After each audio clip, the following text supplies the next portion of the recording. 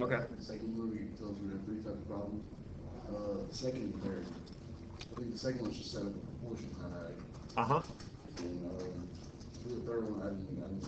Okay, let me show you. I'll go over those three types of problems. Is that okay? Yeah. So for chapter 8, I'll just start with that. And there are the three questions, so you will have three questions. Be prepared for them, and they will look like these. Chapter 8, one will be a bar. It'll rotate at a particular point. I don't know, like right here, for example. And then there will be three forces acting upon it. There might be a force. I'll draw four forces, but you'll also have three. I'll draw a force here, a force here, a force here, and a force here. All right. Let's call this 2 newtons, 1 newton, 3 newtons, and 4 newtons. And this angle is 30, and this angle is 40. And I ask you, what is the net torque? That's the question. The net torque equals what? All right, the first thing you go through is you pick out the forces that provide no torque. And on this one, there are two that provide no torque. This one, no torque, because R equals 0 for that one. This one, no torque, because theta equals 0 for that one. Yeah, it's like it's trying to get the door to move by pushing here, and you're never going to make it move by pushing there. Okay, so then the next step is you say which torques are positive and which are negative. We'll call this torque 1, call this torque 2. Torque 1 causes the object to move in the clockwise direction. So that's negative. Yeah, so torque 1 is negative. Sure. I know you said talked about the pencil, but what makes it go clockwise? Well, imagine, right, this is my object, and it rotates like this around that point. If I pull, like right here, if I pull up on this object, it causes it to move in this direction. And so that is clockwise. Right? This one, on the other hand, if I pull in this direction, then that causes it to move counterclockwise. So you look at the force, and the object is going to go in the direction of that force, right? Here it's going to go in this direction. Here it's going to go in this direction. And it depends where your axis of rotation then is as to which direction it rotates. So here it's going to go in that direction. That's counterclockwise. Here it's going to go in that direction. That's clockwise. Is that clear? Yeah. We can come back to it later. Still uncertain. I can ask you. Well, let me just show you. So let's just imagine another one rotating about this point. Rotated right here, clockwise or counterclockwise? And then clockwise or counterclockwise? This force. Just think for a second.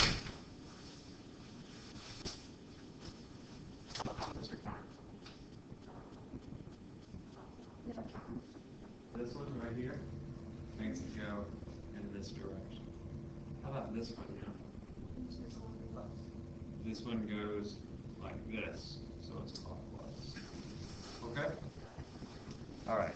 Then, so torque 2 is positive. Going back here, torque 1 plus torque 2, taking the negative of it. And then you need to know the distances. So I'll label those in some way. Let's say this is 3 meters, and let's say this is 1 meter. And then you say torque 1 is 1 newton, negative 1 newton, times 3 meters, FR sine theta. Theta is 90, sine of 90 is 1, so I'll leave that off. Plus 2, torque 2 is 4 newtons, times 1 meter. It's the distance from where the force is applied to the axis of rotation, times sine of 30.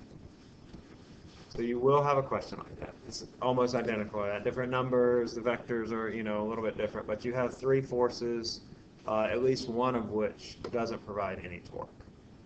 Okay? All right. Now, the next one,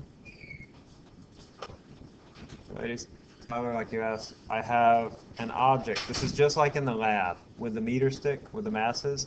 I'll tell you, you have this object, let's say that it's, I don't know, 6 meters long, and I have a 4 kilogram mass sitting at the end. And I want to know where to put a 12 kilogram mass on this side somewhere so that it balances out. And you do a balance of torques. You say that the torque on the left equals the torque on the right. Torque on the left is 12 kilograms times G. I'll write G, though we'll see that they cancel out. Is equal to, or times X, or I'll write it as R, excuse me. R is equal to 4 kilograms times this distance, which is 3 meters, times G. And then the G's cancel out.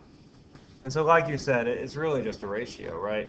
But I say 4 times 3 is 12, 12 times R must be 1. You'll have one like that. The numbers will be really easy, so some of you will just be able to look at it and say, oh, that the answer is 4 or whatever it is, okay? But the answers will be very easy to work with, like this one, very similar to this. And then the other is I'll give you a series of moment arms.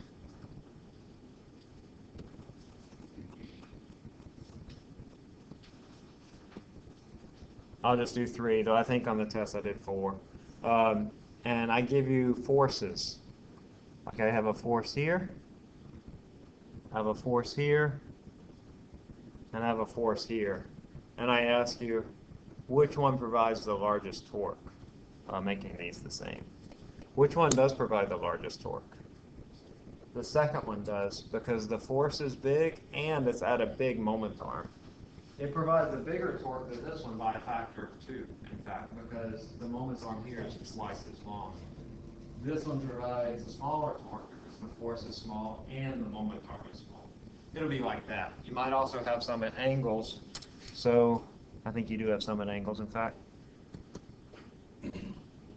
Even if these two force vectors are the same, this one provides a bigger torque than this one, because the angle's bigger. Really what you have is only a component of this force provides the torque. Only the y component of that force provides the torque. And then you have another component that does nothing, doesn't do anything to the object. That's chapter 8. That's 3 questions. They'll look just like this, identical to those, except different numbers. Not identical, different numbers. All right? Before we go, let me check my sound.